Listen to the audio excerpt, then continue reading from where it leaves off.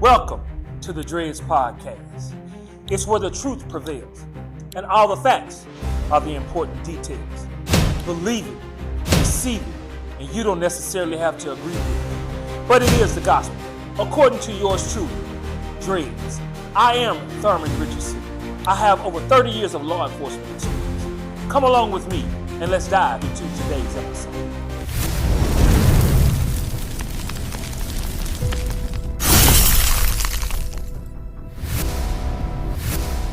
Welcome to the Dreads Podcast. Today's episode is called Murder of a Shoplifter. Now, I actually recorded this particular video or this episode some time ago.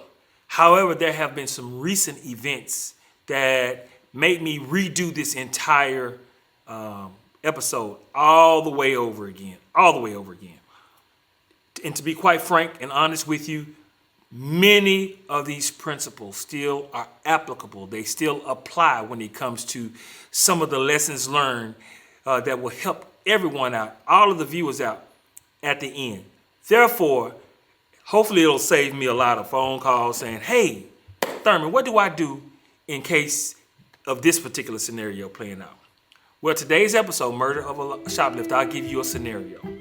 What if you worked at a convenience store, Walmart, Target, whatever, and you're working as loss prevention, you're security, and someone steals something out of the store, whether it is under 1,000 or above 1,000, which means here in our jurisdiction, if it's going to be a misdemeanor or a felony,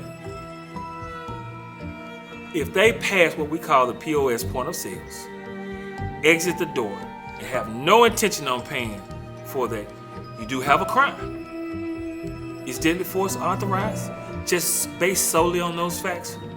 Well, today we're going to go and dive into one of my cases that happened in 2019.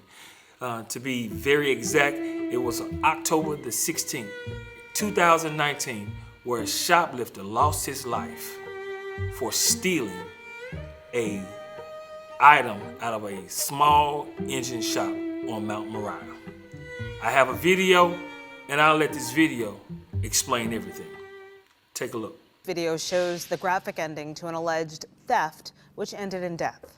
Charles Kalb is now charged with killing a man over a stolen chainsaw. The shooting happened last month outside Mid-South Small Engines on Mount Moriah. WMC Action News 5's Jessica Hawley's in the studio with the video. Jessica.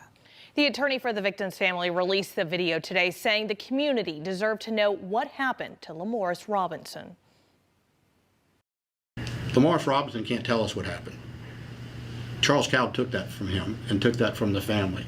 So we have to put together the facts any way we can, and this video, I think, speaks volumes as to what happened on that parking lot. The final moments of the 33-year-old Memphis father's life captured on a surveillance camera next door to Mid-South Small Engines. According to investigators, Lamorris Robinson stole a chainsaw from inside the store Charles Kalb owned with his brother. In the video, Robinson is seen running from the store.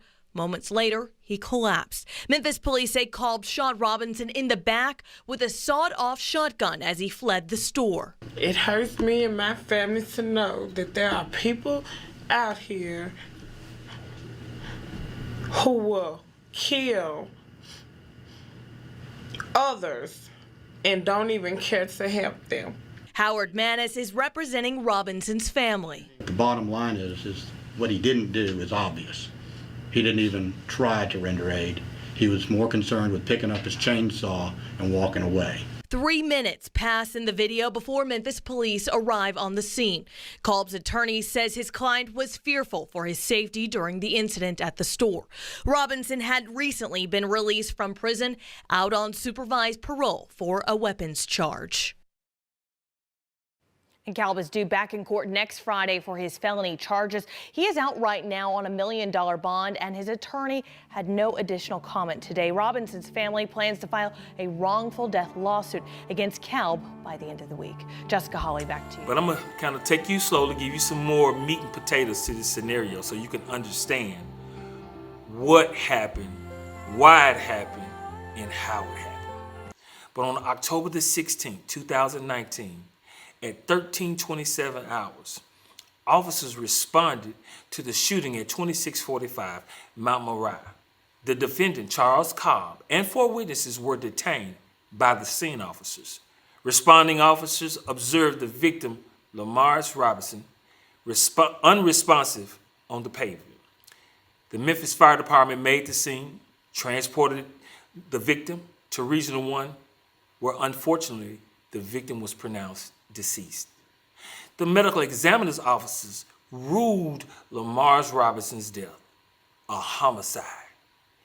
A 5th witness was located and transported to the homicide office, where he said he observed Mr. Cobb murdering the actual victim. Now, not to bore you with the other technicalities in this case because it's not very important, but from layman's term, basically the victim came in the store, observed what he wanted to steal, which was a chainsaw valued at around $1,400.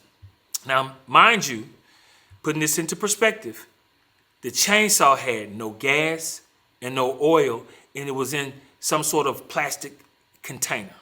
So it couldn't be used as a weapon against anyone whenever he eventually snatched it off the shelf. So as soon as the victim snatched the actual chainsaw off the shelf, he hightailed it out of there, ran to the getaway car where his buddy was driving. Well, as soon as he snatched the chainsaw off the shelf, Mr. Cobb ran behind him with a freshly sawed off shotgun in his hand.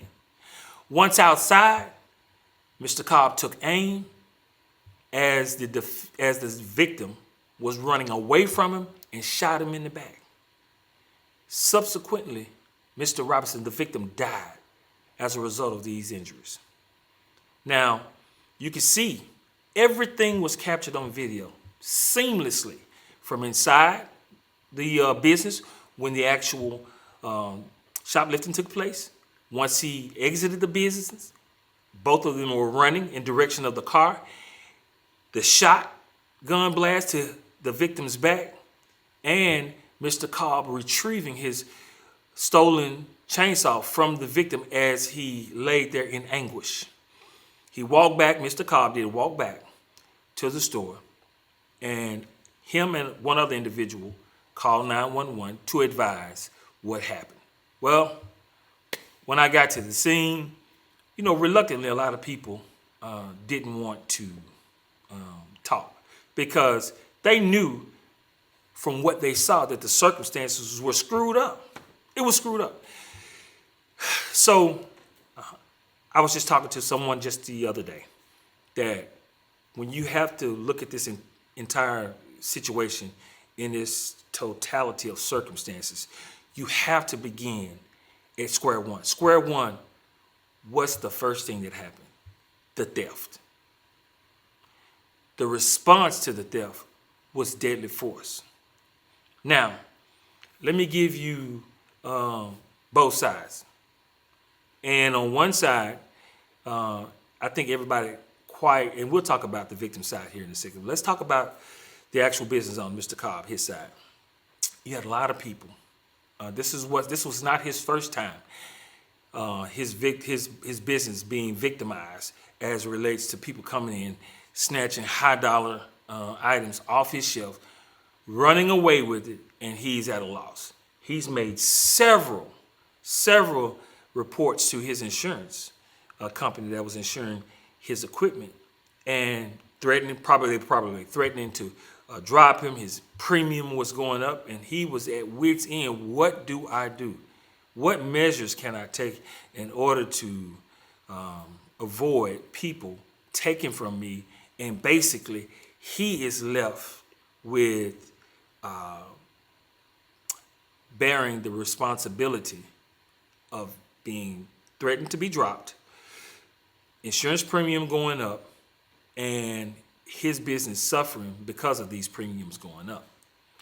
That was his situation. He was tired. He was very emotional too, as it relates to what happened. Now, the victim lost his life over a $1,400 chainsaw by someone who was emotionally distraught because of his situation. This was a perfect storm, unfortunately, waiting to happen. And when you combine those two, unfortunately, this is what you may get. And that's someone who has lost their life. Well, my whole job was to analyze the entire scene. That means the gunshot where it took place, the actual original theft where it took place, reviewing cameras, calling crime scene, making sure that we do everything that we have to do in order to document what happened and when it happened and why it happened. So we get the defendant back to our office, and he knows what situation that he's in, and he didn't provide a statement. But the unfortunate thing is that he was facing an uphill battle. Now, let's take a pause for the cause for a minute. Put yourself in Mr. Cobb's situation. Humor me. And this will help you out. And I'm going to go ahead and give you this tidbit up front. If he knew how he would have felt prior to taking that shot, do you think he would have taken that shot? It's just a question. These are some of the things that you must evaluate if ever, hopefully you will not, if ever you're placed in a situation where you are in a position that you will choose to either shoot or don't shoot. Can you live with the consequences? Are you ready to face being judged by 12 people of your peers?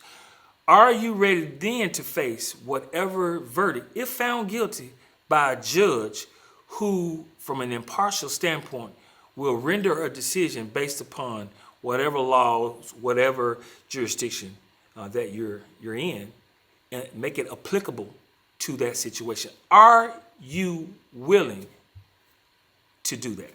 Well, when I first shot this video and shot this episode, you could not protect your property by using deadly force. And when I mean deadly force, I'm talking about any instrument that will cause death to whomever you're faced with. So I was about to say the word unfortunately, but not to be very transparent, but also to be very real when it comes to what just happened. The Tennessee legislature just passed a bill where you can actually use deadly force in order to protect property. Now, there are some certain situations and circumstances, and I have it documented here. So let me make sure that I read it right, because I want you all to know the law. And that comes with some other things that I'm going to give you as far as some tidbits that you could use later on that will probably help you out in the long run. So these are the covered crimes. This law allows individuals to use deadly force if they reasonably believe it is immediately necessary to prevent or terminate a serious property crime such as burglary, robbery, arson, or aggravated cruelty to animals. Another point, the key restrictions. Deadly force is not justified if the suspect has their back turned to the property owner. And we'll come back and touch on that just a minute here. The reasonable assessment. The law requires the person using force to reasonably believe the property cannot be protected by any other means and that using lesser force would expose them or a third person to a risk of death or serious bodily injury. Now, let's go back and talk about you cannot deploy a weapon when that individual who's stealing your property back is toward them. Now, when you're firing a weapon, sometimes you have what we call a delayed response. And that delayed response may end up, you're protected under the law up until the point to where that delayed response hinders you from hitting that individual when they were face on with you. And when you actually pulled the trigger, they had turned their back and you shot them in the back. These are things that will be evaluated by your local DA and the courts. One of the biggest things that we have to do is that we as police officers, now we as forever been citizens, you really have to understand the law before you take that shot, because you are responsible for every bullet that comes out of the barrel of that gun, whether you hit a person or you injure or you deface property because you're not the best shot and you hit somebody or something else. Civilly, you're still liable. These are a lot of things that you have to consider whenever you're utilizing deadly force. Me, just because of the training that I've received over my career, I'm still going to have the mindset that I'm not going to protect my property by utilizing deadly force. I have a hard time taking someone's life because of something that I can replace. Even though the law will protect you as long as the stars and the moons line up according to law. It doesn't often happen that way. Oftentimes we're gung-ho and we say, oh man, they just passed the law and man, I can protect my property, until they review the facts and they don't transpire exactly how you interpret it or how the courts interpret it. And now you're in a pickle. Me, I'm saying on the safe side. You can do what you want to, but me, I'm gonna err on the side of caution. And I'll just work hard in order to replace those particular items. Now, here's another hypothetical situation, just a scenario. Not in that particular case, but of the shoplifter, but in another case, hypothetically, if somebody stole something and they were armed, and as they're stealing whatever item that they stole, whether it classifies as a misdemeanor or a felony, and they turned around with their personal weapon and pointed it at me or you have a lot more forgiveness when it comes to deploying your weapon, if you will, to protect now yourself because you're in fear that you may lose your life.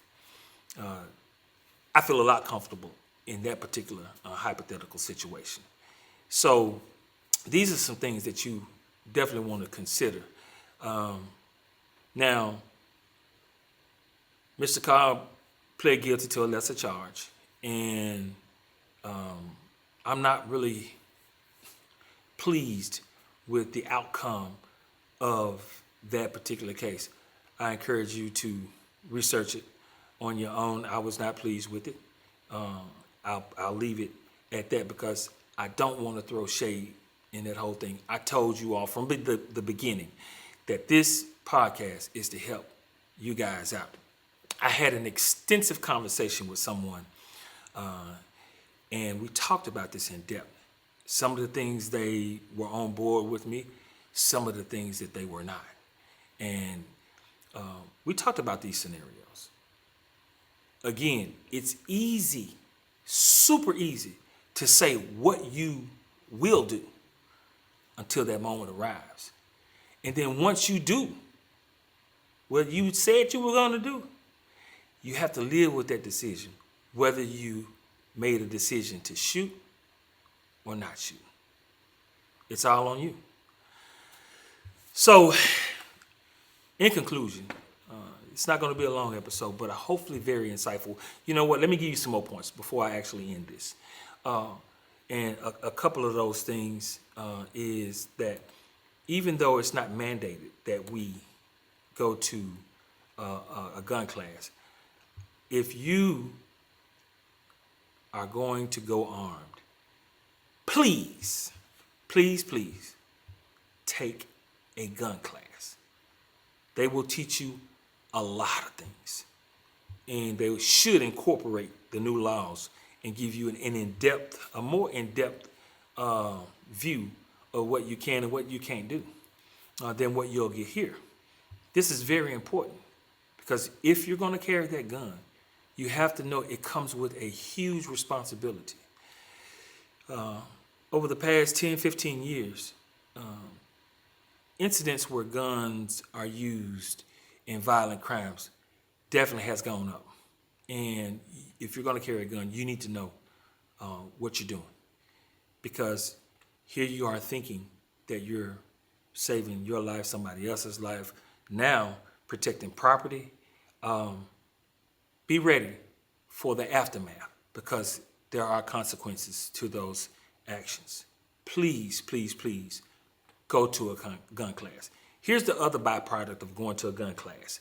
Make sure when you go into a gun class, you're going to definitely start practicing and knowing gun safety and retention. Gun safety, making sure that your muzzle is always pointed in a safe direction. You'll learn that. Very important. 2, we have too many instances where adults and juveniles, but adults leave their guns available for toddlers and young kids to get a hold of them and deploy them, resulting either in serious bodily injury or even death. When you go through these gun courses, they will teach you how to safely secure your weapon after it has been rendered safe in some sort of lockbox or with a lock around the trigger guard or something of that particular nature. These are the things that you'll learn because let's be honest with ourselves. We don't take the time to actually learn some of these things on our own. I oftentimes, man, I got time to read over that. I'll get to it later on. I'll see what they have out there for me until it's too late. And now it's, I wish I coulda, shoulda, woulda. Another thing that you'll get from going to the gun range, you will see, you will definitely get an opportunity to see how it is and how hard and difficult it is in order to shoot a weapon and hit a target that is very small in nature. And it being small in nature, you're going to have to be able to shoot that particular weapon and be precise. And it gets even much harder whenever you deploy a weapon while somebody is shooting at you. When you got bullets wheezing by your earlobe or your torso, trust me, your shot is not as good as it was under a less stressful situation. You have to practice. Practice makes perfect. And last but not least, before I let you guys go, is know this. We live this is year 2026. We live in a time where there are cameras everywhere. Even the ones that look like they were hung up by Harriet Tubman. They are old, but I guarantee you have to realize that they may be working. And if they are, and they capture you in a moment where you are faced to use or not use deadly force, I hope and pray that whatever you report, whatever statement that you give, it matches what's on the video. You got to ensure that. So just be mindful of that.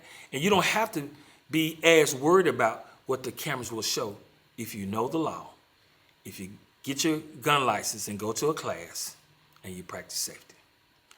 I hope that this has been a blessing to you and that you can utilize some of these tidbits to improve your life, to improve your knowledge, and that you can give some other individuals who aren't tuned into my podcast, the Dre's Podcast, where you can click, like, share, and subscribe. We're on YouTube, Spotify, we're on Instagram, Facebook. Just get out there and listen to it. These things will help you in the long run. These things I've lived through. I've investigated it. I've been ghetto counsel, if you will, to individuals whose family members have been in situations, and I've been able to help them navigate the aftermath. And a lot of those things, I can just tell them what's to come, what's to expect. Because if they probably had listened to or seen what I've just delivered to you, it would have saved them a lot of money, heartache, pain, and embarrassment. Thanks again. Stay tuned, and God bless. Thank you for tuning in to the Dreads Podcast. I hope you enjoyed today's episode. If you liked it, continue to follow us. Like, click, subscribe, and share, and follow. Thank you all so much.